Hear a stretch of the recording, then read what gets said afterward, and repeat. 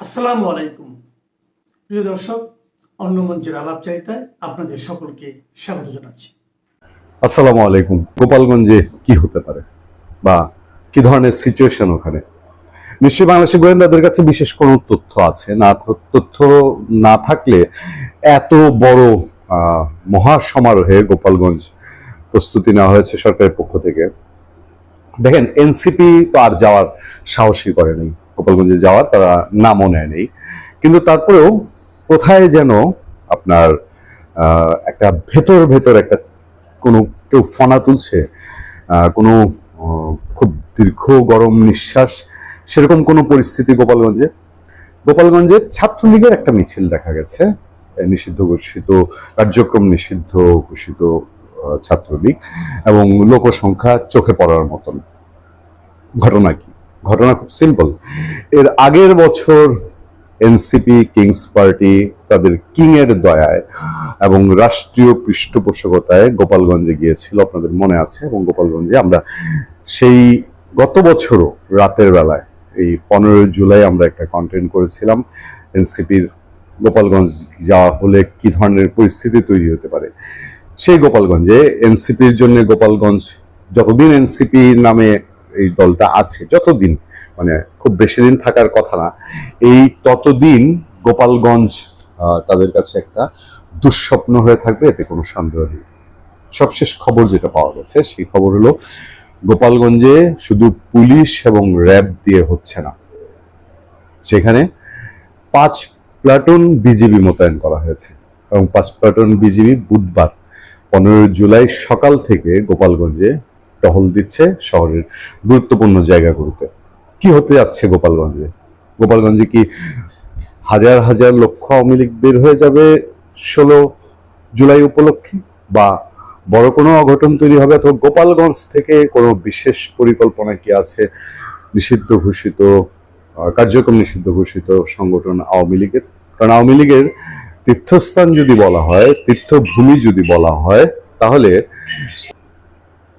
সেটা হলো গোপালগঞ্জের ঘরে ঘরে আওয়ামী লীগের ঘাঁটি। আওয়ামী লীগের সময়ে এই কথা তো বলা হতো যে গোপালী, বেগম খালেদা জিয়ার মুখ দিয়েও এই গোপালী শব্দটা বের হয়েছিল। গোপালগঞ্জের মানুষ, গোপালগঞ্জে সত্যিকার অর্থেই ধরেন স্বাধীনতার পরে যে সিচুয়েশন ছিল, গোপালগঞ্জ থেকে একদিনে ঢাকায় আসা যেত না, ঢাকার সাথে সড়ক যোগাযোগ এটা কল্পনার বাইরে ছিল। আওয়ামী লীগ যতবার ক্ষমতায় এসছে, গোপালগঞ্জ এখন হাতের নাগালে, 2 থেকে 3 ঘন্টা লাগে গোপালগঞ্জ যেতে। এবং আরো যেটা সিগনিফিক্যান্ট সেটা হলো যে এই যে আওয়ামী লীগের সভাপতি শেখ হাসিনা, তিনি ঘোষণা দিয়েছেন তিনি বাংলাদেশে আসবেন ডিসেম্বরে। তার পরিকল্পনার মধ্যে আছে যে তিনি বেনাপোল দিয়ে ঢুকে তিনি পদ্মা সেতু হয়ে ঢাকায় আসতে চান। হবে কি হবে না এটা পরের ব্যাপার। সেই ক্ষেত্রেও গোপালগঞ্জের একটা সাপোর্টের ব্যাপার আছে, কারণ পদ্মা সেতু দিয়ে যদি শেখ হাসিনা আসেন, এই গোপালগঞ্জ, বৃহত্তর গোপালগঞ্জ, মাদারীপুর, শরীয়তপুর, ফরিদপুর, এই অঞ্চলের মানুষরা যদি ভিড় করে শেখ হাসিনার রাস্তায়, তাহলে এটা তো নিঃসন্দেহে যে একটা জেলায় যে পরিমাণ অন্যান্য জেলায় আওয়ামী লীগ কর্মী সমর্থক আছে, গোপালগঞ্জের ঘরে ঘরে আওয়ামী লীগের কর্মী সমর্থক। এখন সেখানে কি সিচুয়েশন 16 জুলাই উপলক্ষে? 16 জুলাই উপলক্ষে আইন শৃঙ্খলা বাহিনী বলছে যে বছর পূর্তি উপলক্ষে যেন কোনো ধরনের অপ্রীতিকর ঘটনা না ঘটে, সেই জন্যে ব্যবস্থা নেওয়া হয়েছে। আমি শুরুতেই বলেছি, নিশ্চয়ই আইন শৃঙ্খলা বাহিনীর কাছে কোনো একটা তথ্য আছে, গোয়েন্দাদের কাছে কোনো একটা তথ্য আছে যে 16 জুলাই যেহেতু গোপালগঞ্জের 5-6 জন মানুষের প্রাণ গিয়েছিল গত বছর, তারা একটা রিয়েক্ট করতেই পারে। এবং এই প্রাণ যাওয়ার কোনো জবাব বাংলাদেশ সরকার দেয়নি। বাংলাদেশ সরকার পাখির মতন গুলি করে মানুষগুলোকে তখন মেরেছিল। এবং ঢাকা থেকে সেন্ট্রালি সেই কিংস পার্টি, ইউনূসের সরকার, ইউনূসের উপদেষ্টা আসিফ মোহাম্মদ সজীব ভুঁইয়া, আসিফ নজরুল্লাহ পুলিশ হেডকোয়ার্টারে বসে সেখানে মৃত্যু মানুষের নিশ্চিত করেছিল। সেই জন্যই কি জ্বলে উঠবে গোপালগঞ্জ, এরকম কোনো আভাস আছে কি? আরেকটা বিষয়, আওয়ামী লীগ যদি নিঃশ্বাস ফেললেই বিজিবি এবং আর্মি নামাতে হয়, তাহলে আওয়ামী লীগকে অপ্রাসঙ্গিক বলার জায়গাটা কোথায় হলো? 23 জুন আওয়ামী লীগের প্রতিষ্ঠা বার্ষিকী উপলক্ষে 6 জেলায় সেনাবাহিনী মোতায়েন করা হয়েছিল। এবার গোপালগঞ্জে আওয়ামী লীগকে প্রতিরোধের জন্য বিজিবি মোতায়েন করতে হলো। সরকারের মাত্র 5 মাস এই 5 মাসে এই যদি হয় অবস্থা, তাহলে আসলে শেখ হাসিনা যদি আসে, আসুক না আসুক, 1 বছর বাদে, 2 বছর বাদে, 3 বছর বাদে, যতই হুঙ্কার দেখ জামাত এনসিপি ওয়ালারা, যতই চিৎকার চেঁচামেচি করুক, বা যতই ওই ব্যারিস্টার শাহরিয়ার বলুক যে আওয়ামী লীগ নামতে পারবে না, আওয়ামী লীগকে কি ট্যাকেল দিতে দিতে সরকারের একটা বড় শ্রম মেধা সময় যাবে? এই প্রশ্ন উঠতেই পারে। এবং আমি বলছি যে গোপালগঞ্জ নিয়ে নিশ্চয়ই বাড়তি কোনো ধরনের তথ্যের ভিত্তিতে আজকে সেখানে বিজিবি মোতায়েন করা হয়েছে। আপনারা খেয়াল করে দেখবেন, গোপালগঞ্জে বঙ্গবন্ধু শেখ মুজিবুর রহমানের তার সমাধি ওখানে, এবং সেই সমাধিতে এই যে 2টা বছর এনসিপি ওয়ালারা এত কিছু করলো, মাঝে মধ্যে নাম নিয়েছে যে তারা টুঙ্গিপাড়া উড়িয়ে দিবে, গুড়িয়ে দিবে, এখনো এই স্বপ্নের কথা বলে।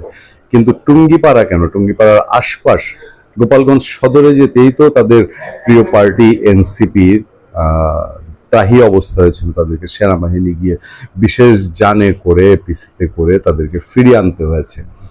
এবার যদিও নাম নেয়নি গোপালগঞ্জের এনসিপি, কিন্তু নেই আওয়ামী লীগ, নেই এনসিপি, তারপরেও কি ধরনের একটা ভয়ঙ্কর পরিবেশ, ভীতিকর পরিবেশ গোপালগঞ্জে, গোমট থমথমে অবস্থা।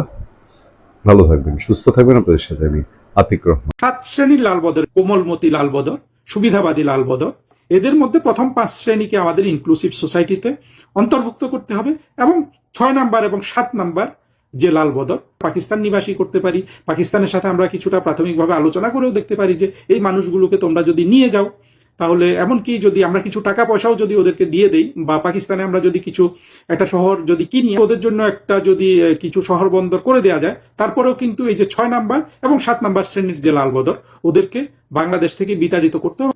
আমরা যদি লালবদরদের এই শ্রেণী বিভাগটা বুঝি, তাহলে আমরা ভবিষ্যতে এটা সহজে নির্ধারণ করতে পারবো যে কে আমাদের বন্ধু, কে আমাদের শত্রু। এখন আসুন এই 7 শ্রেণীর লালবদরের প্রথম শ্রেণীটাকে আমি মনে করি নরম মনের লালবদর বা কোমলমতি লালবদর বলতে পারেন। এরা নরম মানুষ, এদের কাইন্ড, অর্থাৎ আমি যেই শ্রেণীতে পড়ি, কিন্তু আমি জুলাইতে এক মুহূর্ত আমার মনে হয়নি যে জুলাই জঙ্গি উত্থানে আমাদের আসলে নরম মনের দেখানোর কোনো সুযোগ আছে। সেটা হলো তারা দেখেছে যে অনেক মানুষ রাস্তায় নেমেছে, বিশেষ করে ছেলে মেয়েদের নামিয়ে দেওয়া হয়েছে বিশ্ববিদ্যালয়ের পেছন থেকে জঙ্গিরা চাকরির নামে, অর্থাৎ সরকারি চাকরিতে কোটা প্রথা বিলোপ করার নামে, যেটা খুবই জনপ্রিয় একটা ইস্যু। তারপরে আপনার এরপরে শুরু করলো বৈষম্য দূর করবে, তারপরে আরেকটা কান্নাকাটি ছিল যে গণতন্ত্র কায়েম করবে, অর্থাৎ নির্বাচনী ব্যবস্থা কায়েম করবে। আপনারা দেখেছেন যে জঙ্গি উত্থানের পরে জঙ্গিরা কিন্তু কোনোটাই করেনি, একটা কাজও করেনি। এমন নগদ প্রতারণা, এই ধরনের একটা বড় ধরনের উত্থানের পর পৃথিবীতে খুব কম দেখা যায়। এই কোমলমতি লাল বদরদের অনেকেই কিন্তু আমাদের মুক্তিযুদ্ধের পক্ষের মানুষ। এদের মধ্যে যাদেরকে আমি ব্যক্তিগতভাবে চিনি, তাদের অনেককে আমি স্নেহ করি, ভালোবাসি, আমি তাদের প্রতি মোটেই একেবারেই রাগান্বিত নই। এদের মধ্যে আবার একটা উপশ্রেণী আছে যে তারা ব্যক্তিগতভাবে প্রধানমন্ত্রী শেখ হাসিনার কাছ থেকে ন্যায় বিচার পাননি। শেখ হাসিনার কাছ থেকে বলাটা খারাপ হচ্ছে, ব্যক্তিগতভাবে, অর্থাৎ প্রধানমন্ত্রী শেখ হাসিনার এবং আওয়ামী লীগের সরকার থেকে যে ধরনের কোনো না কোনোভাবে বঞ্চিত হয়েছেন, তারা ক্ষুব্ধ হয়েছেন। যদি একটা বড় উদাহরণ দেই, আপনারা বুঝতে পারবেন। আমাদের গর্ব বলতে পারেন সবার যে একজন নারী যিনি খুব বিখ্যাত, তসলিমা নাসরিন। আপনারা দেখেছেন যে উনি জুলাই জঙ্গি উত্থানে চেয়েছিলেন যে শেখ হাসিনা সরকারের পতন ঘটুক। আমি জানি যে এই তসলিমা নাসরিনের নাম বলার সাথে সাথে আমার অনেক বন্ধুর উত্তেজিত হয়ে গেছেন যে তসলিমা নাসরিনকে কেন বলা হবে, সে তো নাস্তিক। দেখুন, এই জিনিসটা আমি বারবার সবাইকে অনুরোধ করি যে এটা বোঝার চেষ্টা করুন। তসলিমা নাসরিনকে বাংলাদেশ থেকে তাড়িয়ে দেওয়া হয়েছে কারণ তসলিমা নাসরিন জামাতের সমর্থক নয়। কিন্তু জামাতের সমর্থক যেসব নাস্তিক আছে বা ছিল, যেমন ধরুন বদরুদ্দিন ওমর, এই ধরনের অনেক নাস্তিক কিন্তু আছে, ফরহাদ মজহার, সলিমুল্লাহ খান, তাদেরকে তো কেউ বাংলাদেশ থেকে তাড়িয়ে দেয় না, তাই না? দেয় কি? তাহলে আপনি আপনার পক্ষের একজন নাস্তিক, এবং যিনি অনেক বেশি মননশীল, অনেক দয়ালু মনের মানুষ হিসাবে, যিনি অনেক উন্নত না হলে তো আসলে মুক্তিযুদ্ধের চেতনায় সংশ্লিষ্ট হওয়া যায় না।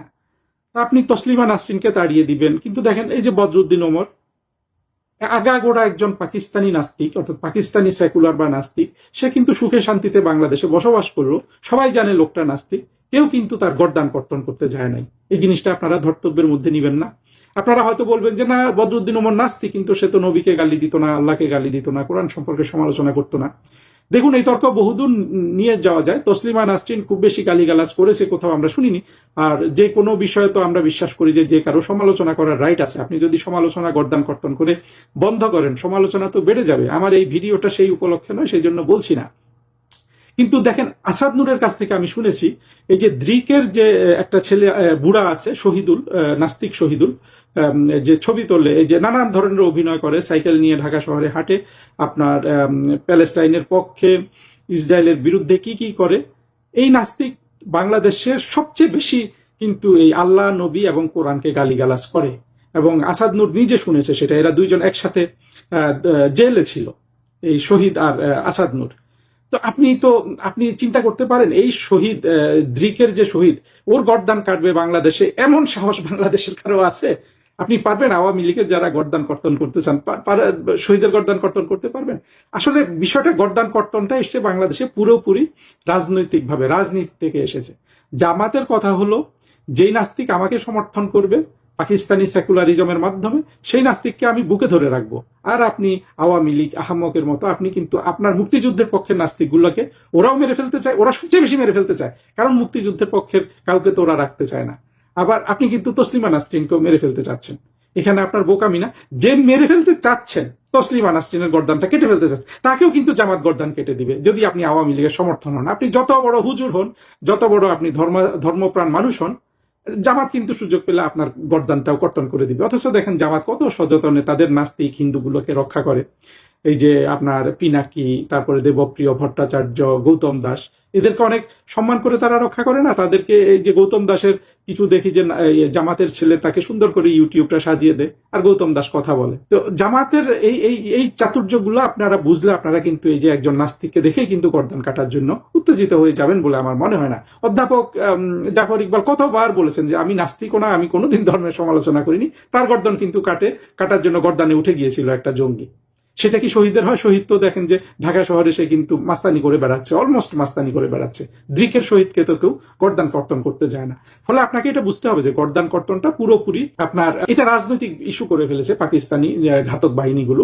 ফলে শহীদ আল্লাহকে গালি দিলে, কোরআন সম্পর্কে সমালোচনা করলেন, আমাদের প্রিয় নবী হযরত মুহাম্মদ সাল্লাল্লাহু আলাইহি সাল্লামকে শহীদ গালিগালাজ করলে কেউ কিন্তু তার গর্দান কর্তন করতে যায় না। ইদানিং দেখবেন একটা ছেলে, প্রচন্ড লাল বদর, ওর নাম হলো কিশোর পাশা ইমন, নামটা আমি সঠিক বলতে পারছি কিনা। এই ছেলেটা দেখবেন, এই ছেলেটা নাস্তিক। এই ছেলেটাকে আমি পছন্দ করি। এই যে আমি পছন্দ করি বলছি, আপনিও কিন্তু আবার ডেকে যাবেন যে ওকে আমি কেন পছন্দ করি। দেখুন, আমার কাজটাই হলো কাউকে ভালোবাসা, পছন্দ করা। ছেলেটা মেধাবী, একটা বাংলাদেশি ছেলে, যদিও পশ্চিমবঙ্গ থেকে এসে শুনেছি। ও তো অনেক কথা সঠিক বলে, অনেক সঠিক কথা বলে দেখে আমি ওকে পছন্দ করি। কিন্তু দেখেন, এই ছেলেটা ইদানিং দেখা যাচ্ছে কারণে অকারণে নবীকে গালি দিচ্ছে, আল্লাহকে গালি দিচ্ছে, কোরআন শরীফ সমালোচনা করছে।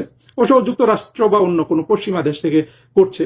এবং আমার মনে হচ্ছে এই ছেলেটাকে জামাত নামিয়েছে। জামাত দেখেছে যে পিনাকিরও জনপ্রিয়তা পড়তির দিকে, আর পিনাকি একা কত করবে, কত কষ্ট করছে পিনাকি, যদিও সে যথেষ্ট রুজি রোজগার করছে, জামাত সেই সুযোগ তাকে করে দিয়েছে। মানে অসৎ পথেও দরকার নেই। পিনাকির যে ইউটিউবে যে পরিমাণ আমরা সবাই ওইটা গিলি, তাতে ওর অনেক টাকা হয়ে যায়। কিন্তু তারপরেও কিন্তু পিনাকির জনপ্রিয়তা পড়তির দিকে। তারপরে আবার যে এই ইলিয়াস নামক যে সন্ত্রাসী আছে, ও আর ওইভাবে ইফেক্টিভ না। মাহমুদুর রহমান তো পত্রিকা করছে, সে ইফেক্টিভ, বাট চলছে না। মানে জামাতের আরো দরকার। কনক সারোয়ারেরও তাই। এইখান থেকে আমার মনে হয় যে কয়দিন আগে আবুল কাশেম ফজলুল হক মরে গেল, যে পাকিস্তানি নাস্তিকগুলো আছে, আমার মনে হয় এই ছেলেটাকে জামাত নামিয়েছে এবং বলেছে যে তুমি আল্লাহ, নবী, কোরআন এদেরকে গালিগালাজ করো। দেখেন, এই ছেলে ওগুলা গালিগালাজ করে, আবার কিন্তু এই জুলাইয়ের ব্যাপারে ওর পজিশন কিন্তু খুব ক্লিয়ার যে ও স্বঘোষিত একজন লালবদর, আবার স্বঘোষিত নাস্তিক। দেখুন, এটা আমি বলছি না যে এটা হয়েছে, আমি জানি না। তবে ভবিষ্যতে যদি কোনোদিন এটা আমাদের চোখের সামনে চলে আসে যে এই ছেলেটাকে আল্লাহ, নবী, রাসূল এদেরকে গালিগালাজ করে ওই জুলাইকে সমর্থন করার জন্য যদি তারা নামিয়ে থাকে, কারণ জামাত আমাদের সাথে, আমাদের সমাজে যত ধরনের চাতুর্য করেছে, সেই ধরনের চাতুর্যের মধ্যে এই একটা জিনিস পড়ে আর কি। না হলে একটা ছেলে সব দিক থেকে এত মেধাবী, কিন্তু ওই জায়গায় গেলে সে কুযুক্তি দিতে থাকে। সাধারণত কোনো নাস্তিক তো কুযুক্তি দেয় না, কিন্তু জুলাইয়ের ব্যাপারে এই ছেলেটা কিশোরী, এখনো অল্প বয়সী, অত্যন্ত মেধাবী, এবং সে অত্যন্ত, তার কণ্ঠ, চোখ অত্যন্ত সুন্দর, এবং তাকে আমি তার মেধার জন্য সবকিছুর জন্য তাকে কিন্তু আমি পছন্দ করতে রাজি ছিলাম। কিন্তু ছেলেটা সম্পূর্ণ কুযুক্তি দিয়ে কিন্তু সে যে লালবদর ছিল এটা তো প্রতিষ্ঠিত করেই, এবং প্রধানমন্ত্রী শেখ হাসিনা সম্পর্কে ওর মানে দৈর্ঘ্য প্রস্থ উচ্চতা যতটুকু না তার চেয়ে বেশি বেয়াদবি করে। তো এই জায়গায় আমাদের বুঝতে হবে যে আপনি এই যে আপনার পক্ষের জঙ্গিগুলাকে যে আপনি মারার জন্য আওয়ামী লীগের কর্মী ভাই বোনরা আপনাদের বলছি যে আপনি ভাবছেন যে এর নাম মেরে ফেললে আপনি গুনাহ করছেন, তাহলে জামাত গুনাহ করছে না? কিন্তু জামাত তো মানে বলতে চাচ্ছে যে তারা ইসলাম ধর্ম কায়েম করতে চায়। এখানে ভাই বোন শুনুন, এটা রাজনীতির খেলা, রাজনৈতিকভাবে তারা এটাকে ক্যাপিটালাইজ করছে। ফলে মুক্তিযুদ্ধের আপনি যে তসলিমা নাসরিনের গর্দান কেটে ফেলবেন, আপনি যদি আওয়ামী লীগের সমর্থন আপনার গর্দানও কিন্তু জামাত কেটে দিবে। তো এই জিনিসগুলো আপনারা একটু বিচার বিশ্লেষণ করে গর্দান কর্তনের জন্য দাঁড়িয়ে যাবেন। আশা করি সবচেয়ে ভালো হয় গর্দান কর্তনের চিন্তাটা সবাই মন থেকে মুছে ফেললে ভালো। অন্তত আমাদের মুক্তিযুদ্ধের পক্ষের মানুষ তো হবে অসাম্প্রদায়িক। হ্যাঁ, তসলিমা নাসরিন যদি অন্যায্যভাবে সমালোচনা করেন আমরা সেটা জবাব দিব, তার সাথে আলোচনা করব, কিন্তু তাকে তার অধিকার ফিরিয়ে দিব। বাংলাদেশের কোনো মানুষে দেখুন, বঙ্গবন্ধুর আমলে দাউদ হায়দার নামে একজন কবিকে আমরা বিদেশে পাঠিয়ে দিয়েছি, কি না কি করেছে, কি লিখেছে আমি জানি না, এরকম একটা, কিন্তু পরে শুনেছি যে এমন কিছু তিনি লিখেননি। তা আমরা এই দাউদ হায়দার কিন্তু আজীবন, বঙ্গবন্ধু সরকার ওনাকে নির্বাসিত করেছেন, কিন্তু আজীবন মুক্তিযুদ্ধের চেতনার প্রতি উনি কিন্তু লয়াল ছিলেন, সেখান থেকে কখনো ফিরে যাননি। অথচ আপনারা দেখেন জামাতের জঙ্গি নাস্তিক গুলাকে আপনারা কিছুই করতে পারেন না। এই যে আহমদ ছফাও নাস্তিক ছিল, বাট ও তো নাই। সলিমুল্লাহ খান, ফরহাদ মজার, দ্রিকের শহীদ, কিংবা আরো অনেক আছে, অসংখ্য, এগুলো তো বলে শেষ করা যাবে না। ওই যে একটা ছেলে ইয়েতে পালিয়ে গেছে সুইডেনে, কি তাসনিম খলিল, তো ওদেরকে তো কেউ কল্লা কাটতে যায় না, তাই না? আপনারা এখানে বোকামি করছেন না। আমার কথা হলো যে দেখুন, আমরা কারো কল্লা কাটবো না। জুলাই জঙ্গিরা এবং এরা চাতুর্যের সাথে মিথ্যা বলে সমাজকে বিপথে নিয়েছে, বাংলাদেশকে ধ্বংস করেছে। আমরা প্রেমের পথে, সম্প্রীতির পথে বাংলাদেশকে উদ্ধার করব। এই ছিল আমার সংক্ষেপে প্রথম শ্রেণীর লাল বদরের কাহিনী। দ্বিতীয় শ্রেণীর লাল বদরটাকে আমি সুবিধাবাদী হিসাবে দেখি। এরাও সেকুলার, এরা আছে, কিন্তু এদের কাছে ব্যক্তিগত স্বার্থটা অনেক বড়। উদাহরণ না দিলে আপনারা বুঝবেন না। এই শ্রেণীতে ঠিক আওয়ামী লীগের যারা লালবদর হয়ে গিয়েছিল, সেই আমাদের এখন যিনি সাজা বলতে পারি অন্যায্যভাবে জেলে আটক আছেন আসাদুজ্জামান নূরের ছেলে মেয়ে, এরকম নাকি 14 গোষ্ঠী তার সব লালবদর হয়ে গিয়েছিল। আমরা আলী জাকেরের ছেলেকে দেখেছি লালবদর হয়ে যেতে।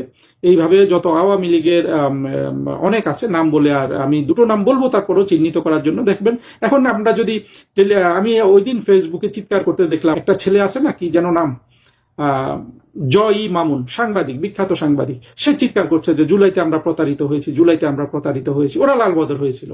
বা আরো আমার খুব প্রিয় আনিস আলমগীর, সেও লালবদর হয়েছিল, এবং সে আবার এটাও পোস্ট দিয়েছিল, এটা সবাই, যে শেখ হাসিনা আর ফিরে আসবে না।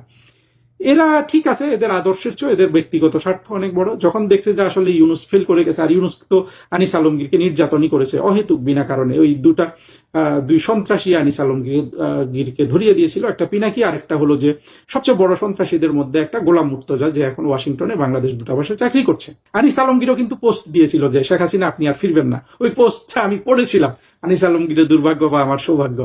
তো এরা আবার বুঝে গেছে যে এই জুলাই জঙ্গি উত্থান ব্যর্থ হয়েছে।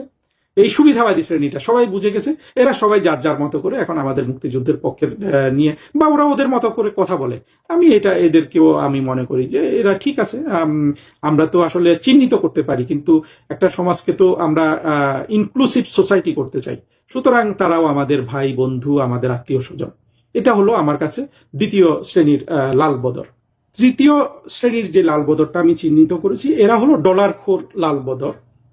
এই জায়গায় কিন্তু আমরা দেখেছি যে আপনার একেবারে সেই যে একটু আগে বলেছিলাম যে আলী রিয়াজের ছেলে থেকে শুরু করে এই সকল ধরনের অভিনেতা, অভিনেত্রী, বুদ্ধিজীবী, যারা অত পরিচিত না কিন্তু লেখক, কবি, সাহিত্যিক, এদের বেশিরভাগই ওই যে প্রেসিডেন্ট ডোনাল্ড ট্রাম্প যেটা বলেছিলেন যে $29 মিলিয়ন এবং আরো অনেক ডলারের হিসাব আপনারা জানেন, এইটা খেয়ে নগদ নগদ খেয়ে এরা রাস্তায় নেমেছিল একেবারে বেনিয়া হিসাবে, দেশদ্রোহী হিসাবে। এবং এর মধ্যে দেখেন ওই যে বাঁধন নামে ওই মেয়েটা ছিল, এবং মোশাররফ করিম তো বাংলাদেশের সেরা অভিনেতাদের একজন। এইসব অভিনেতা, অভিনেত্রীদের এমনিতে তো এরা প্রচন্ড অশিক্ষিত, এটা তো মানতে হবে, এরা অভিনয়টা ভালো জানে, কিন্তু মোশাররফ করিমও অশিক্ষিত, কিন্তু তার হয়তো এক ধরনের চেতনাবোধ থাকতে পারে, বেশিরভাগেরই কিন্তু নাই। আমরা ইয়েকে দেখেছি, ফারুকিকে তো আমরা দেখেছি সরাসরি শিবির কিন্তু সিনেমা বানিয়ে ফেলেছে।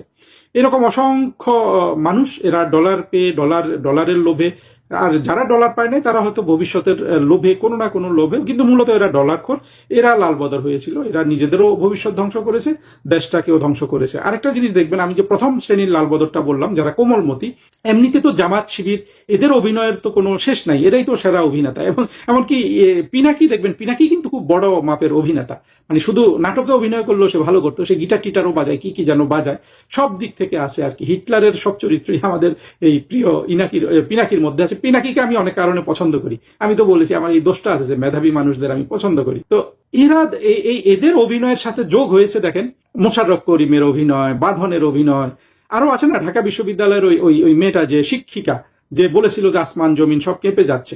এত অভিনয় দেখেও কিন্তু আমাদের কোমলমতি শ্রেণীটা কিন্তু সেই সময় জুলাই জঙ্গিদের সমর্থন দিয়েছিল। 4 নাম্বার লাল বিএনপি। বিএনপি সম্পর্কে আলাদা করে এখানে বলার দরকার নেই, আমরা তো সবাই বিএনপি সম্পর্কে জানি। 5 নাম্বার লাল বদর হলো বাংলাদেশের বাম দলগুলা। এই বাম দলগুলা দেখেন, এরা বাংলাদেশের জন্য শুরু থেকেই কিন্তু বাম দল মানেই বাংলাদেশের আবর্জনা। সেই জাসদ, তারপরে যে এই যে ফরহাদ মজহার টজহার, নুরুল কবির, এরা তো সবাই বামপন্থী চৈনিক। সে মাওলানা ভাসানী কিংবা বদরুদ্দিন ওমর, এবং এদের অসংখ্য মানুষ বিএনপিতে আছে, জাতীয় পার্টিতেও ছিল, সেই কাজী জাফর আহমেদ, এরা অগুন্তি। এই বাম দলগুলো আপনার এই লাল বদর হয়েছে। এর মধ্যে আরেকটা যে এই লাল বাম দলগুলো তো বাংলাদেশে এখন আসলে কোনো তেমন এদের কোনো খুব একটা জায়গা নাই। এদের মধ্যে যাদেরকে আমরা মোটামুটি মুক্তিযুদ্ধের পক্ষের হিসাবে চিন্তা করতাম, সেই সিপিবি, তারাও কিন্তু বড় লাল বদর হয়েছে। এখন তাদেরকে আসলে পাকিস্তানি সেকুলার ছাড়া অন্যভাবে চিহ্নিত করা যাচ্ছে না। এবং এরা এতটা নিষ্ঠুরতা করেছে আমাদের সাথে। দেখেন লাল বদর এই সিপিবির অফিসটা 5ই মে 2013 সালে কিন্তু এই জঙ্গিগুলাই কিন্তু পুড়িয়ে দিয়েছিল। ওই অংশ সিপিবির অফিস তো ওই জায়গায় নয়াপল্টন, যেখানে শাপলা চত্বরের কাছাকাছি। এরপরেও কিন্তু এই মুজাহিদুল ইসলাম সেলিম, প্রিন্স এরা যারা আছে, এরা কিন্তু লাল বদর হয়ে গেছে 2024-এর জুলাই জঙ্গি উত্থানে।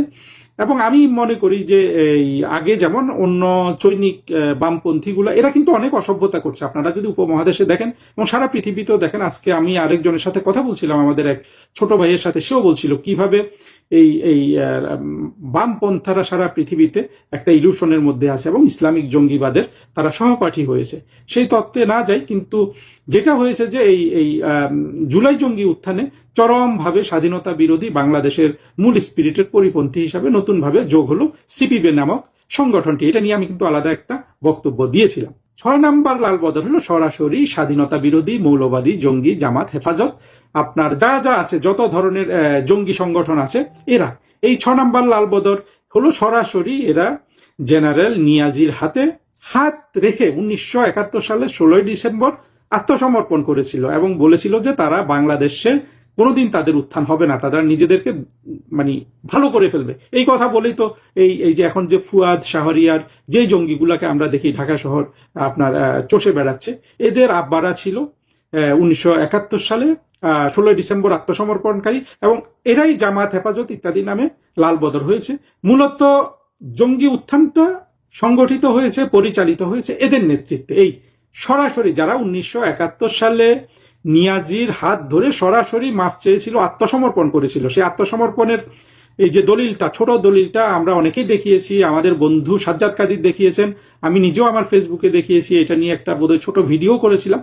যারা সরাসরি সেই দিন এই নিয়াজি সাহেবের হাত ধরে আত্মসমর্পণ করেছিল, এই 6 নাম্বার শ্রেণীর লাল বদর, তারা কিন্তু জঙ্গি উত্থান ঘটিয়েছে, তারা নেতৃত্ব দিয়েছে, তারা এই যে নানান ধরনের অভিনয় করতে হবে তারা সেটা করেছে, তারা ম্যাটিকুলাস ডিজাইন করেছে, তারা সব ধরনের খুন খারাপি করেছে, অথবা পেছন থেকে অনেক খুন তো বিএনপি করেছে, পুলিশ খুন বা বিএনপির লোকজনই সবচেয়ে বেশি স্বীকার করেছে, কিন্তু বিএনপিকে দিয়ে কাজটা করিয়েছে কিন্তু এই 6 নম্বর শ্রেণীর লাল বদর, যারা আসলে মূলত এই লাল বদর উত্থানের আপনার সহযোগী, জঙ্গি উত্থানের সহযোগী, এই যারা সরাসরি 1971 সালের 16 ডিসেম্বর জেনারেল নিয়াজির হাত ধরে আত্মসমর্পণ করেছিল। 24-এর জঙ্গি উত্থান এদের নেতৃত্বে হয়েছে, এদের মেকানিজমে হয়েছে। যত আমরা মেটিকুলাস ডিজাইন শুনি, সেই আত্মঘাতী জঙ্গি মাহফুজ এখন অবশ্য এই 6 নাম্বার থেকে সে 1 বা 2 নম্বরে আসতে চাচ্ছে, তার কথাবার্তা শুনে এটাই মনে হয়। কিন্তু সজীব ভুঁইয়া, নাহিদ, সার্জিস,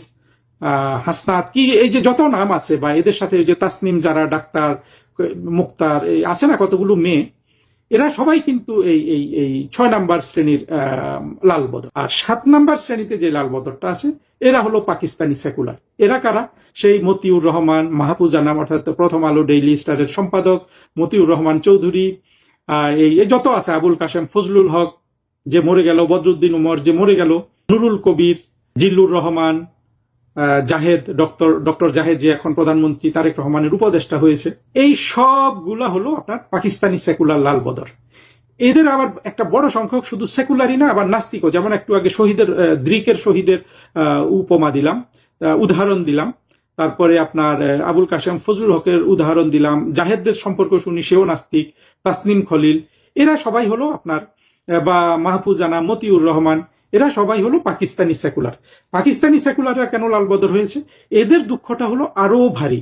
এরা সবাই মুসলিম সাম্প্রদায়িকতার কারণে নিজেরা নাস্তিক হওয়া সত্ত্বেও 1947 সালে পাকিস্তান চেয়েছিল।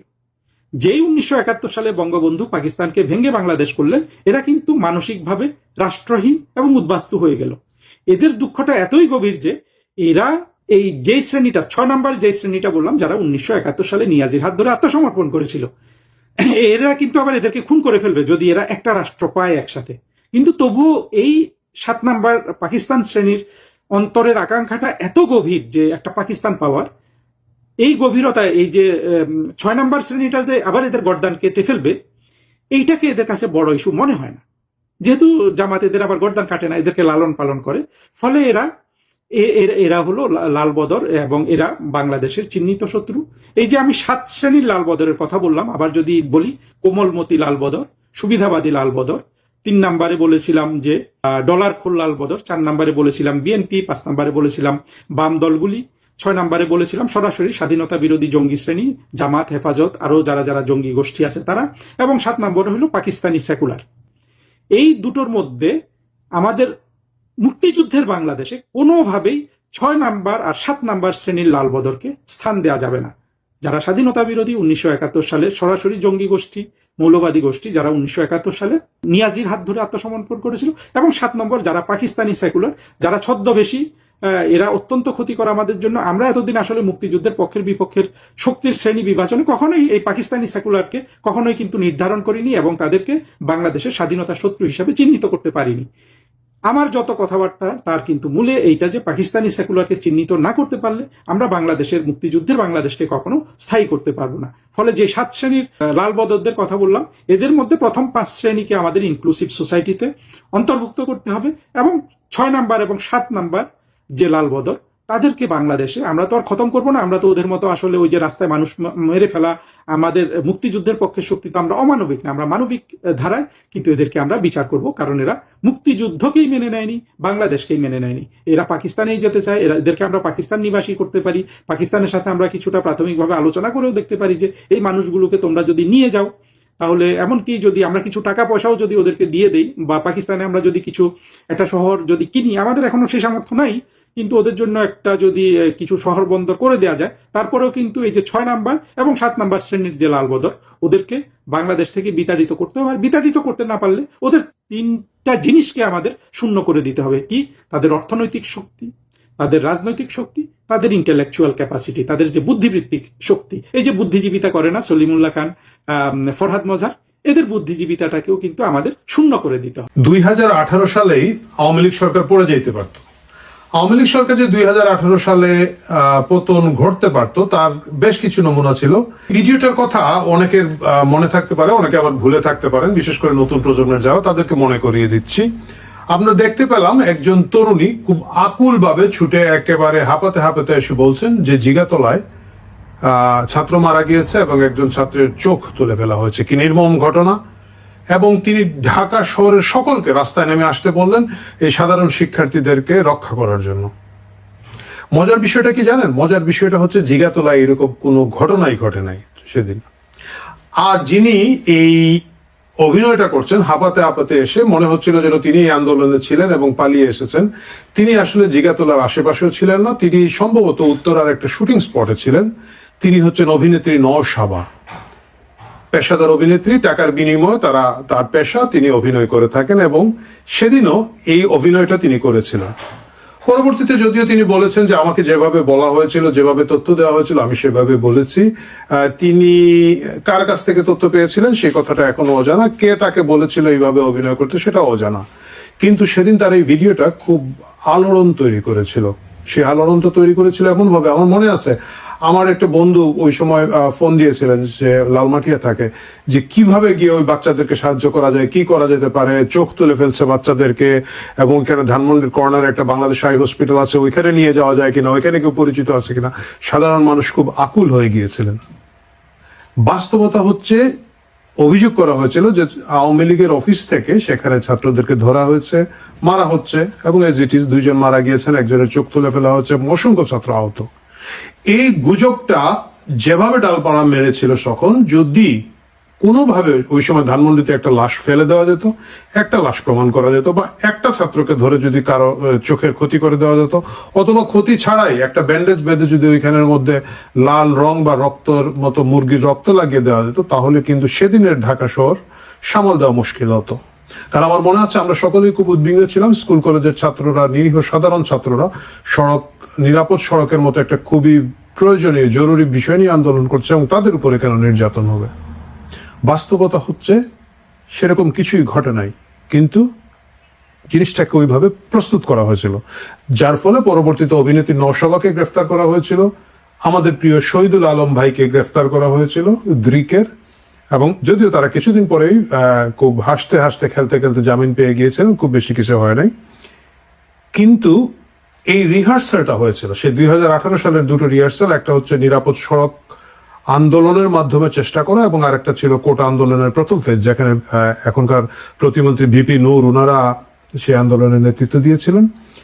সেটা আমার কাছে মনে হয় একটা ড্রেস রিহার্সাল ছিল, এবং সেই রিহার্সালের পরবর্তীতে 2024-এ গিয়ে সেই আন্দোলনটা সফল হয়, এবং শেখ হাসিনা এবং আওয়ামী লীগ সরকারের পতন নিশ্চিত করা যায়।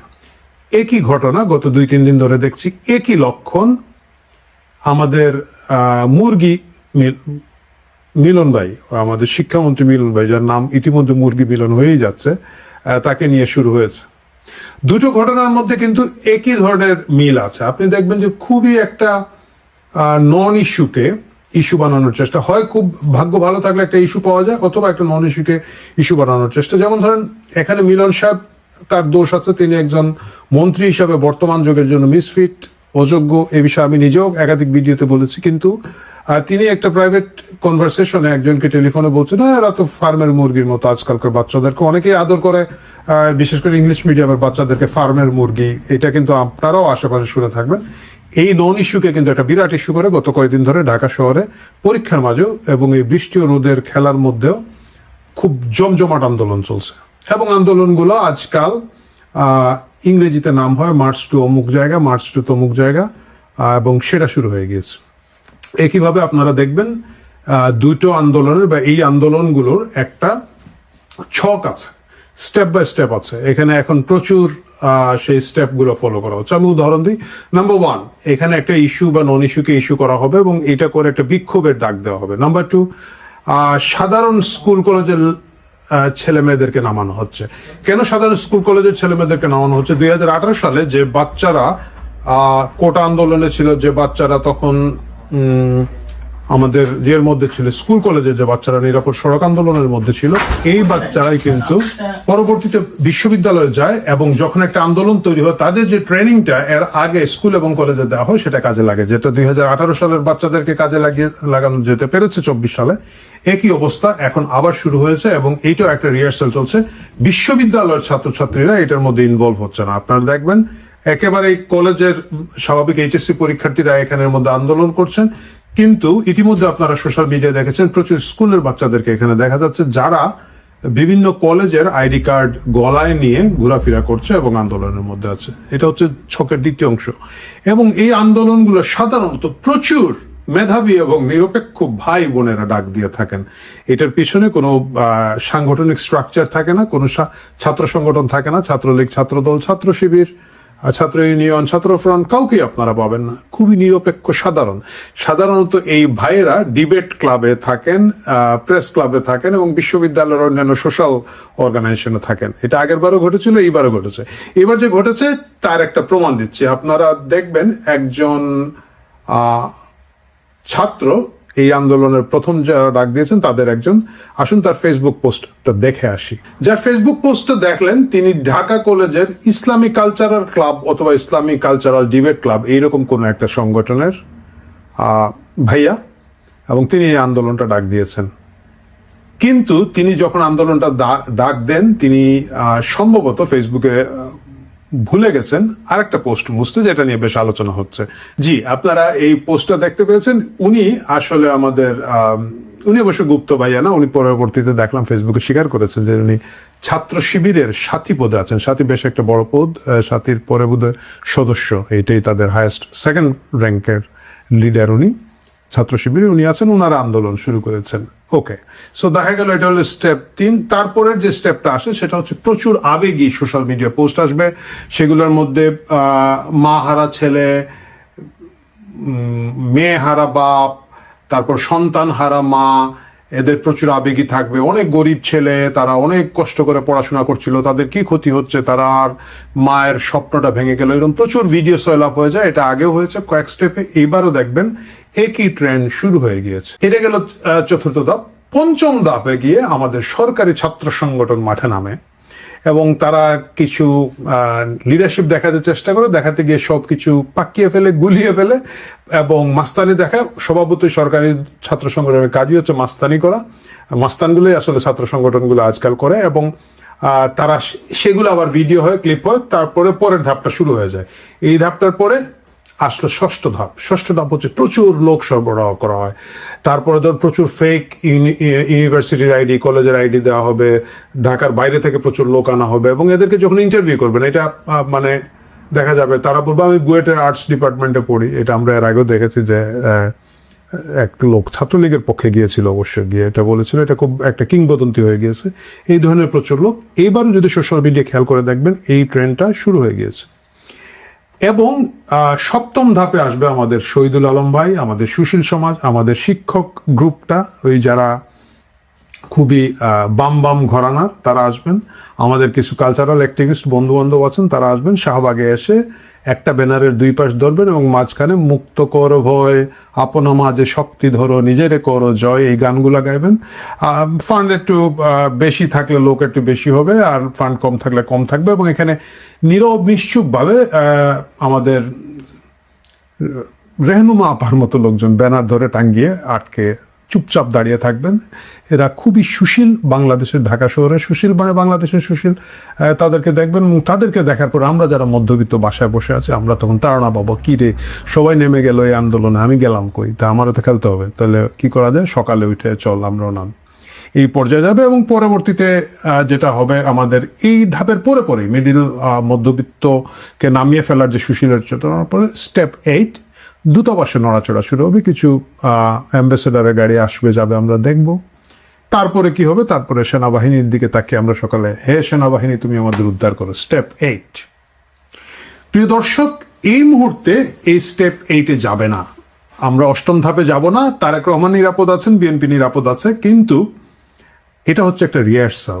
2018 রিহার্সাল যেরকম 24 এনেছিল, এখন 2026-এ একই রিহার্সাল হচ্ছে। একইভাবে একেবারে কলেজ স্কুলের ছাত্রদেরকে দিয়ে এই রিহার্সালটা চলছে। এটার ফল ভালো হবে না। এখন প্রশ্ন হচ্ছে কারা করছে। স্বাভাবিকভাবে আমি দেখলাম আমাদের সুশীল নিরপেক্ষ সাংবাদিক সমাজ, তারা অলরেডি শুরু করে দিয়েছেন। এটার পিছনে তো আওয়ামী লীগ দায়ী, যা কিছু ঘটে গিন্নি বলেন আওয়ামী লীগ বেটাই দায়ী। আওয়ামী লীগ দায়ী, কিন্তু আমরা একটু আগে দেখলাম আন্দোলনের ডাক দিয়েছেন জামাত শিবির। এখন প্রশ্ন হচ্ছে কেন তারা এই আন্দোলনটা আবার করছে। কারণ হচ্ছে আপনারা জানেন যে কোনো একটা ফর্মুলা যদি কাজ করে, যতক্ষণ পর্যন্ত না এটা নষ্ট হয়, এটা বারবার রিপিট হয়। আপনি যদি একটা ব্যবসা একটা পদ্ধতিতে পরিচালনা করে লাভ করেন, বারবার কিন্তু এইভাবে করতে চেষ্টা করবেন। ফেসবুকে 10টা আইটেম বিক্রি করতে গেছেন, একটা আইটেম খুব ভালো বিক্রি হয়, আপনি কিন্তু বারবার ওই আইটেমটা বিক্রি করতে যাবেন। একই ঘটনা সব জায়গায় ঘটে। মানে আমরা যে বিজনেস স্কেলিং এর কথাটা বলি ব্যবসা প্রশাসনে বা মার্কেটিংয়ে, সেই জায়গাগুলো আসলে তৈরি হয় যেটা সাকসেসফুল সেটাকে করা। ইভেন আপনারা যারা ইউটিউব দেখেন, আপনি দেখবেন যে টপিকটা খুব ভালো চলে বারবার এইটাতে কন্টেন্ট হয়। আমার সহ কন্টেন্ট ক্রিয়েটর যারা আছেন, আমার কলিগ ইউটিউবে, আপনারা দেখবেন গত 5-7 দিন ধরে ডেইলি একটা করে শেখ হাসিনা ফিরছে বলছে। কারণ শেখ হাসিনা ফিরছে, এটাই এখন বাংলাদেশের সবচেয়ে বড় ফোকাস। সবাই এই ভিডিওগুলো দেখতে চায়। প্রথমটা যেহেতু অনেক ভালো ভিউ পেয়েছে, গত 5-7 দিন ধরে এটা টানা চলছে। তো জামাত শিবির দেখেছে যে এই ফর্মুলাটা হচ্ছে সবচেয়ে ভালো ফর্মুলা। কারণ হচ্ছে তাদের দলীয় ব্যানারের মাধ্যমে, তাদের সিস্টেমের মধ্য দিয়ে এই আন্দোলন কোনোটাই সফল করা সম্ভব না। ঢাকা শহরে এগুলো চলে না। সুতরাং তারা তাদের সেই যে সম্প্রতি 24 সালে যে আন্দোলনের ছক এবং ফর্মুলার মাধ্যমে তারা সাকসেসফুল হয়েছিল, এবং যেহেতু একেবারে টাটকা স্মৃতি, টাটকা ম্যানেজমেন্ট, সেটাকে দিয়ে তারা, আমার মনে হচ্ছে, পরবর্তী ব্যাচ রেডি করা হচ্ছে। এবং আজকে এই ফার্মের মুরগি বলার মতো একটা টেলিফোন কনভারসেশনের তুচ্ছ ঘটনা নিয়ে 3 দিন ধরে আন্দোলন চলছে, এবং আরো 2-1 দিন এটা চলবে। চলার মাধ্যমে এখান থেকে কিছু লিডার ক্রিয়েট হবে, এদেরকে লক্ষ্য করা হবে, এদেরকে ট্রেনিং মেনিং দিয়ে পরবর্তীতে আনা হবে। এখন প্রশ্ন হচ্ছে যে কেন ভাই তাদের এত মাথা ব্যথা কেন? আওয়ামী লীগ এটা ফেসিবাদ ছিল, আওয়ামী লীগ এটা স্বৈরাচার ছিল, খারাপ দল ছিল, তার বিরুদ্ধে ছিল।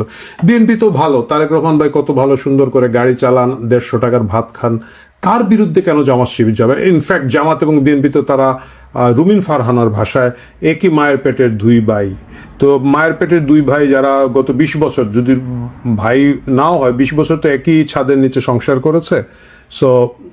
সরি, কথাটা বোধ অন্যদিকে চলে গেল। যাই হোক, ওইসব বাজে কথা শুনেন না। তাহলে তারা কেন আন্দোলনে বিএনপিকে মানে বিএনপির বিরুদ্ধে এই কাঠি নাড়ছে এবং লং টার্ম প্ল্যান করছে? এটার মূল কারণটা হচ্ছে, আওয়ামী লীগ যদি রাজনীতিতে সহসা না ফিরতে পারে কয়েক বছরের মধ্যে, বিএনপি হচ্ছে একমাত্র নাকে মাল চাপা দিয়ে ভোট দেওয়ার দল। এবং বিএনপিকে যদি একই ধারায় ধরাশায়ী করে ফেলা হয়, তাহলে ছাগলের 3য় বাচ্চার দুধ খাওয়ার সুযোগ হয়। আমরা জানি যে ছাগলের 3টা বাচ্চা থাকে, যেহেতু ছাগলের বাট দুটো বাচ্চা দুধ খায় এবং 3য় বাচ্চাটা লাফায়। এখন একটা 3য় বাচ্চা লাফাচ্ছে। যারা এইবার ভেবেছিল দুধ খাবে, কিন্তু সচেতন বাঙালিরা তাদেরকে দুধ খেতে দেয় নাই। কিন্তু যে 2টা ছাগলের হৃষ্টপুষ্ট বাচ্চা দুধ খাচ্ছিল, এর মধ্যে আওয়ামী লীগকে আউট করে দেওয়ার একটা সিস্টেমে ফেলে দেওয়া গেছে। বিএনপিকে যদি ফেলে দেওয়া হয়, এবং বিএনপিকে ফেলে দেওয়া বোধহয় আরো সহজ, বিএনপির দুর্বলতা আরো বেশি, এবং সেটা যদি ফেলে দেওয়া হয়, তাহলে ছাগলের 3য় বাচ্চাটা দুধ খাওয়ার সুযোগ পায়। সুতরাং এখন এইচএসসি পরীক্ষার্থীদের যে আন্দোলনটা চলছে, এটাকে শুধুমাত্র সাধারণ আন্দোলন হিসেবে দেখার সুযোগ নাই। আমি জানি এটা শোনার সাথে সাথে কয়েক হাজার লোক আমার কমেন্টে গালাগালি করবেন, বকা দিবেন, কিন্তু মুশকিলটা হচ্ছে কি জানেন, 18 সালে আমরা এই ধরনের ইঙ্গিত দিয়েছিলাম, 24 সালেও ইঙ্গিত দিয়েছিলাম, এবং আপনারা অনেকেই দেখবেন যে অনেক বোকা তোতা, মানে ডাম প্যারট, বোকা তোতা বললেই তো বুঝতেছেন, পরে মাথা চুলকায় বলে, আগে বুঝি নাই, আমরা প্রতারিত হয়েছি। সুতরাং আরেকবার বললাম, আরেকবার গালি খাবো, গরিবের কথা বাসি হলে ফলবে হয়তো। মুশকিলটা হচ্ছে এমন গরিব হয়েছি, মানে গরিব হইতে হইতে আর এটার কোনো উপায় নাই আর কি, কারণ কথাও বাসি হতে হতে ফলতেই থাকে। দেখা যাক ফলে কিনা না, আমরা আশা করি না ফলুক। আমরা চাই না যে যারা বারবার ঘুঘু তুমি খেয়ে যাও ধান বলে এসে ধান খেয়ে যায়, এইসব ঘুঘুরা যেন আরেকবার এসে ধান খাওয়ার সুযোগ না পায়। প্রিয় দর্শক, কালকে কথা হবে অন্য কোনো প্রসঙ্গে। আমার ইউটিউব চ্যানেলে যদি যান, তাহলে দেখবেন আমি সেখানে বলেছি যে আওয়ামী লীগকে ষড়যন্ত্রের উৎখাত হচ্ছে হচ্ছে হচ্ছে, ঠিক এই লাইন বলে আমি তখন বলেছিলাম। সুতরাং জুলাইতে যখন আপনার বিশেষ করে 15ই জুলাই যখন ছাত্রলীগের উপরে এই এনসিপির পান্ডারা, জামাত বিএনপির পান্ডারা যখন আক্রমণ করলো, তখন আমি পরিষ্কার করে বলেছিলাম যে একেবারে নির্দ্বিধায় বলেছিলাম যে কিভাবে ষড়যন্ত্র হয়েছে, তারেকের সাথে কিভাবে আপনার সিআইএর এজেন্টরা দেখা করেছে কিংস্টনে, কিভাবে আইএসআই এর 3 জন অফিসার দেখা করেছে, সিঙ্গাপুরে কিভাবে বিএনপির নেতাদের সাথে দেখা হয়েছে, ঈদের 3 দিন আগে তারা কিভাবে গেছে না গেছে, মানে পুরো ঘটনাটা আমি সেখানে বর্ণনা করেছি। আপনারা যদি আমার ফেসবুকে যান, তাহলে পুরো ঘটনাটা দেখবেন, কারণ আমি কিন্তু কথা বলেছি প্রাপ্ত গোয়েন্দা তথ্যের ভিত্তিতে। এখন আমরা যারা ধরেন একটু, আমি যদিও প্রচলিত অর্থে সাংবাদিক না, আমি আইনজীবী, কিন্তু আমার প্রচুর সোর্স আছে, বিশেষ করে সেনাবাহিনীতে বলেন, পুলিশে বলেন, বিভিন্ন জায়গাতে আমার সোর্স আছে। আমি ওই সোর্সের মাধ্যমে নানান ধরনের তথ্যের মাধ্যমেই আসলে একটা সিদ্ধান্তে উপনীত হয়েছিলাম। যে বাংলাদেশ আওয়ামী লীগ তথা বাংলাদেশ সরকারকে উৎখাতের ষড়যন্ত্র হচ্ছে। তো আমাকে যখন প্রশ্নটা করা হয়েছে যে জুলাই একটা ষড়যন্ত্র কিনা নাকি একটা আন্দোলন, এটা আমাকে কেন বলতে হচ্ছে? আমি তো যদ্দূর মনে করতে পারি যে 2024 সেপ্টেম্বরের 27 তারিখে যখন ইউনূস জাতিসংঘে গেল, তখন মাহফুজকে পাশে রেখে সে নিজেই বলল যে এটা একটা মেটিকুলাসলি ডিজাইন প্ল্যান। আমাকে কোনো কিছু বলে দিতে হয়েছে, এটা ইউনূস নিজের মুখে বলেছে। এবং এই ঘটনার মাস্টারমাইন্ড হিসেবে জঙ্গি সর্দার, তাদের ওই ঘটনার অন্যতম জঙ্গি পৃষ্ঠপোষক নেতা মাহফুজকে তারা পরিচয় করে দিয়েছে, যে কিনা হিজবুত তাহরির হয়ে যে কিনা গ্রেফতার হয়েছিল তারও 3 বছর আগে। ফলে জুলাই যে একটা ষড়যন্ত্র, জুলাই এই মানে আমি যে শুধুমাত্র আপনার ইউনূস কি বলেছে সেটির সাথেও যদি আমি বাদ দেই, পরবর্তী সময় আপনারা দেখেছেন যে আসিফ মাহমুদ সজীব ভুইয়া, যে পরবর্তী সময় তথাকথিত দখলদার বাহিনীর উপদেষ্টা হয়েছিল, সে বলেছে যে তারা অস্ত্র রেডি রেখেছিল, অস্ত্র তাদের কাছে ছিল। এবং আপনাদেরকে আরেকটা তথ্য আমি দিতে চাই, 2024 তো 2025 সামটাইমস ইন ফেব্রুয়ারিতে আমি রাশান একটা সোর্সের সাথে আমার সেন্ট্রাল লন্ডনে একটা ছোটখাটো শুধুমাত্র আমার এমবিসির এক ভদ্রলোকের সাথে আমার তখন একটা বৈঠক হয়, আমার সাথে তার কথা হয়। এবং সে আমাকে স্পেসিফিক্যালি বলেছিল যে তোমাদের সরকারকে তৎকালীন সময় উৎখাতের জন্য মিয়ানমার দিয়ে একটা বড় অস্ত্রের চালান এসেছিল, যেটা ইউক্রেনের জন্য এই অস্ত্রগুলো আমেরিকা থেকে এসেছিল। আমি সেই ভদ্রলোকের নাম উল্লেখ করব না। আমার মনে হয় এই কথাটা আমি অনেকবার টকশোতে বলেছি যে রাশান একটা সোর্স আমাকে পরিষ্কারভাবে জানিয়েছিল। আপনাদেরকে আরেকটা তথ্য আমি দিতে চাই এইটা বলে যে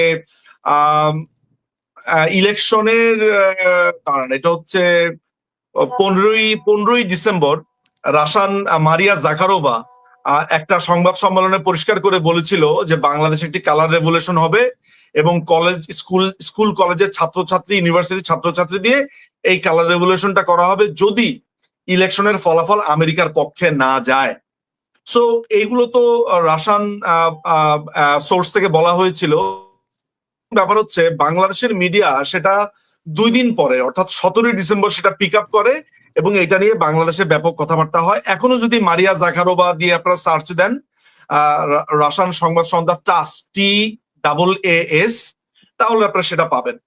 তো আমি কিন্তু তারও আগে অর্থাৎ 2023 সালের সেপ্টেম্বর মাসে বাংলাদেশ আওয়ামী লীগের একজন গুরুত্বপূর্ণ ব্যক্তিকে আমি 3টি স্ক্রিনশট দেই আপনার হোয়াটসঅ্যাপের, এবং তাকে পরিষ্কার করে জানাই যে নারায়ণগঞ্জের 2 জন পুলিশ অফিসার, মানে পুলিশের খুবই ঊর্ধ্বতন কর্মকর্তা কি কি ষড়যন্ত্র করছে, তারেক রহমানের সাথে তাদের কি কি কথাবার্তা হয় সেটা আমি সোর্সকে জানাই। এবং আপনারা এটাও জানবেন যে আমি গোয়েন্দা সংস্থাকে আমি মনে করতে পারি, আমি আপনাদেরকে একটু দেখে বলবো সেপ্টেম্বরের, আমি একটু দেখে আপনাদেরকে জানাই, আমি ব্যক্তিগতভাবে দাঁড়ান আমি আপনাদেরকে তারিখটা বলছি,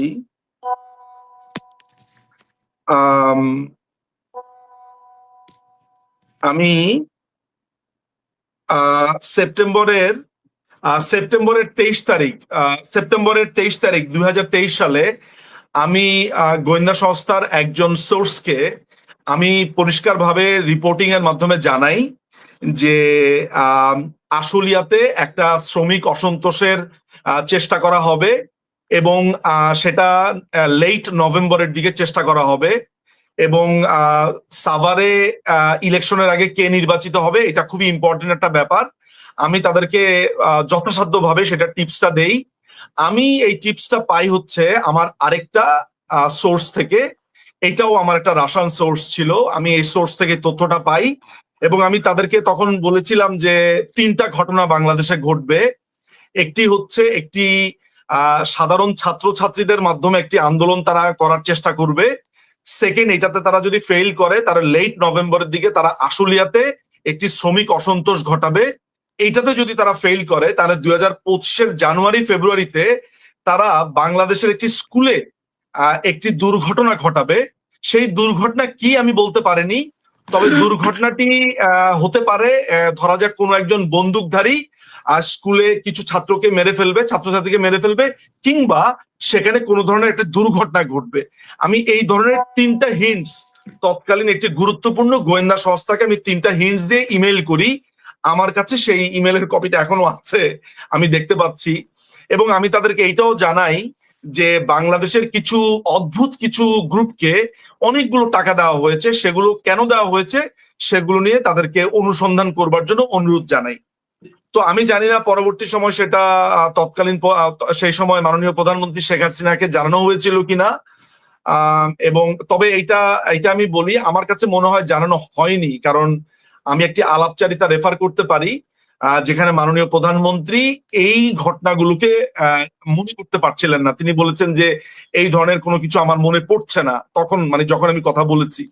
তার মানে ওই সময়টাতে গোয়েন্দা সংস্থাগুলো রিপোর্টগুলো দিয়েছে কিনা, বলেছে কিনা আমি নিশ্চিত না।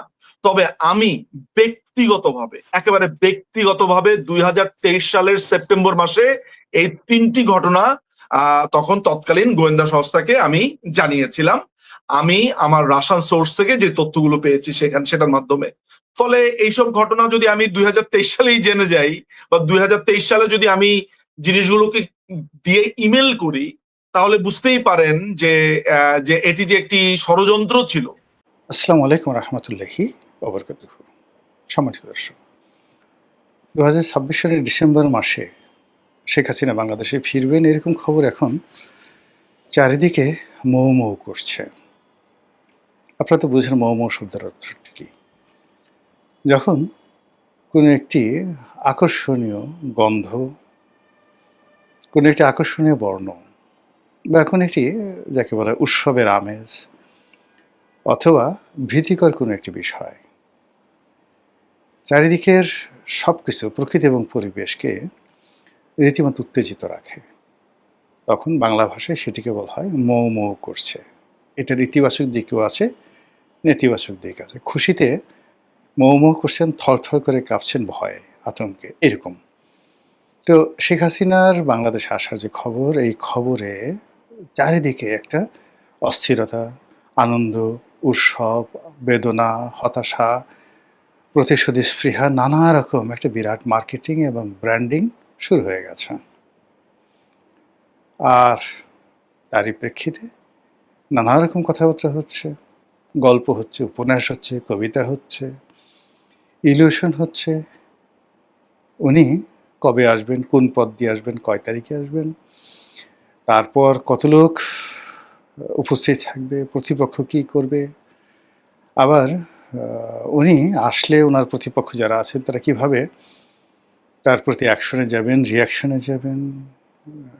যারা প্রতিপক্ষ তারা প্রথমত নানা রকম কথাবার্তা বলছেন যে আরে শেখ হাসিনা একটা ভিতুর ডিম, এমনি এমনি সারা জীবন মানুষকে ভয় দেখিয়েছে, নিজে এমনি ভয়ে পালিয়ে গেছে, সে আবার বড় বড় কথা বলে। সাবেক যে অন্তর্বর্তীকালীন সরকার, সেটার যে তথ্য উপদেষ্টা জনাব শফিকুল আলম, তিনি এই কথা বলেছেন। এভাবে অনেকে অনেক রকম কথা বলছেন, এবং সেই সকল কথাবার্তার মধ্যে একটি উল্লেখযোগ্য কথা বলেছেন টেলিভিশন টক শো এর একজন অত্যন্ত জনপ্রিয় মুখ, সাংবাদিক এম এ আজিজ। জনাব এম এ আজিজ মূলত একজন প্রথিত যশা মুক্তিযোদ্ধা, বয়স্ক মানুষ, এখন 73-74 বছর বয়স, এবং যুদ্ধাহত মুক্তিযোদ্ধা। যুদ্ধের সময় সরাসরি তিনি যুদ্ধ করেছেন, এবং সেই প্রতিপক্ষের যে বন্দুকের গুলি তার পায়ে লেগেছে, এখনও তিনি সেই অপারেশন করা পা নিয়ে খুঁড়িয়ে খুঁড়িয়ে হাঁটেন। একসময় ছাত্রলীগ করতেন, তারপরে আওয়ামী লীগের সঙ্গে তো সম্পর্ক ছিল, কিন্তু পরবর্তীতে বিএনপির প্রতিষ্ঠা হওয়ার পরে বা যে কোনো সময় তিনি বিএনপি রাজনীতির সাথে সম্পৃক্ত। তার সবচেয়ে বড় পরিচয় হলো তিনি টেলিভিশনে খুব খোলামেলা কথা বলেন। কোনো দালালি করা বা পক্ষপাত দুষ্ট কথাবার্তা বলা, এই জিনিসগুলো তার বিরুদ্ধে কেউ বলতে পারবে না।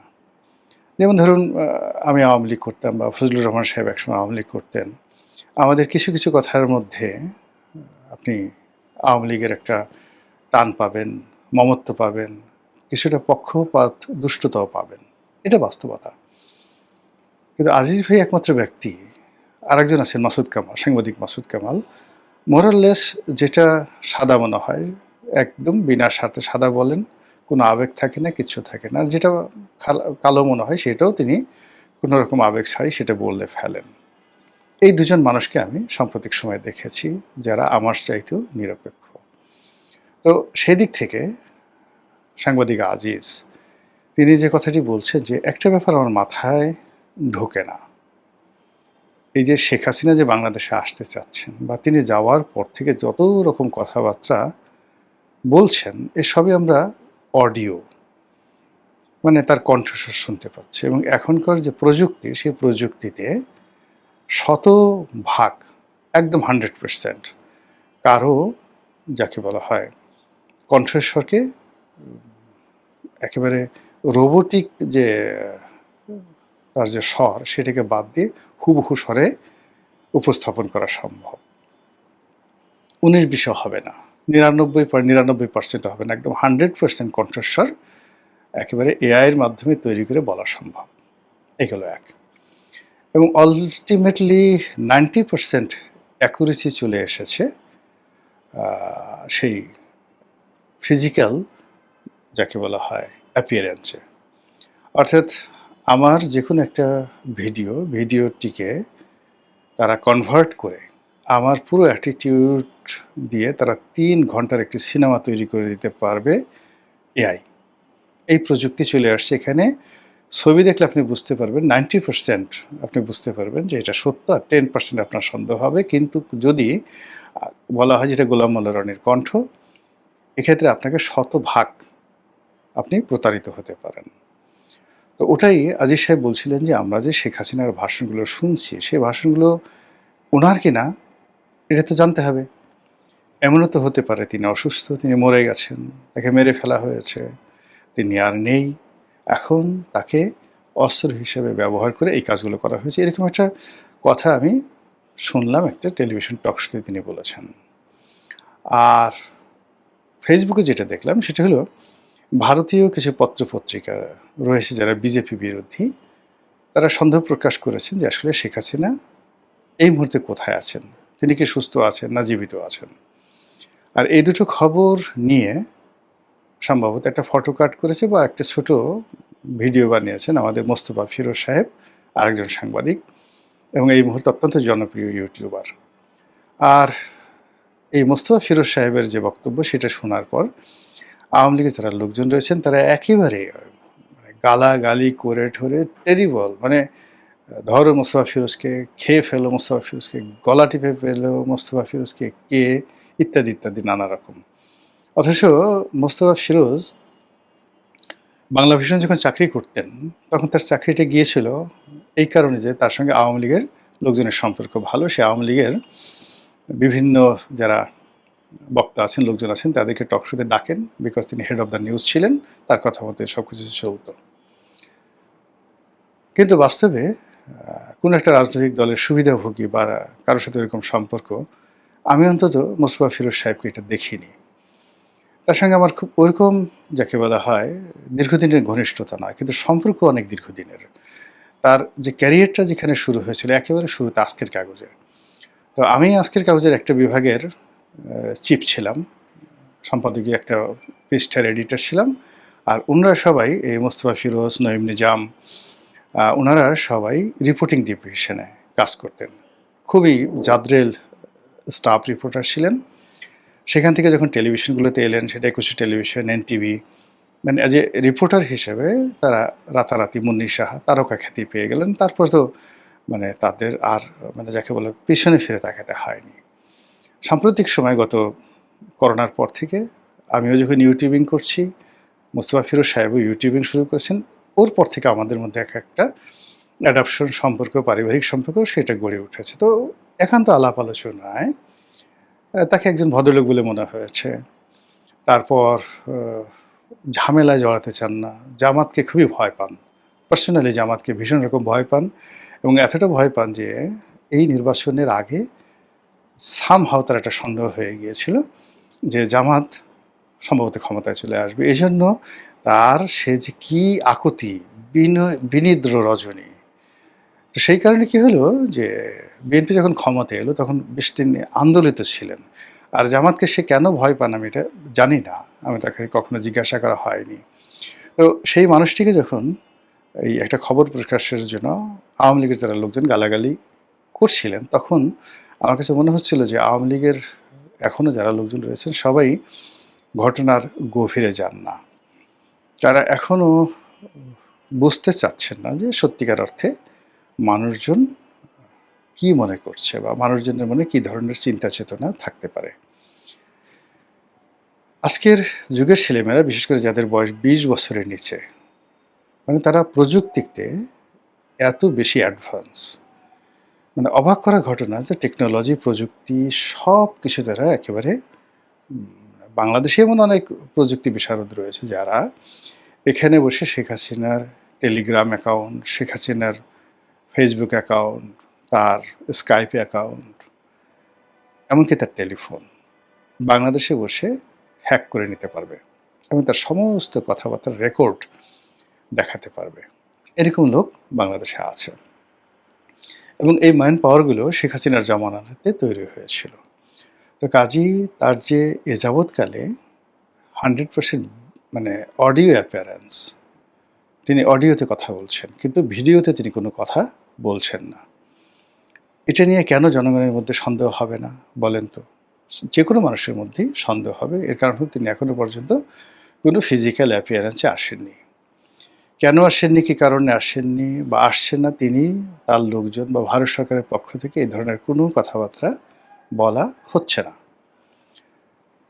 তার যে সকল নেতৃবৃন্দ রয়েছেন তার সঙ্গে যোগাযোগ হয়, কথাবার্তা হয় বলে আমরা শুনি, কিন্তু সে সকল নেতৃবৃন্দ যারা আছেন তারা হ্যাঁ ঠিক আছে নেত্রীর সঙ্গে কথা হয়েছে ইত্যাদি ইত্যাদি ইত্যাদি ইত্যাদি।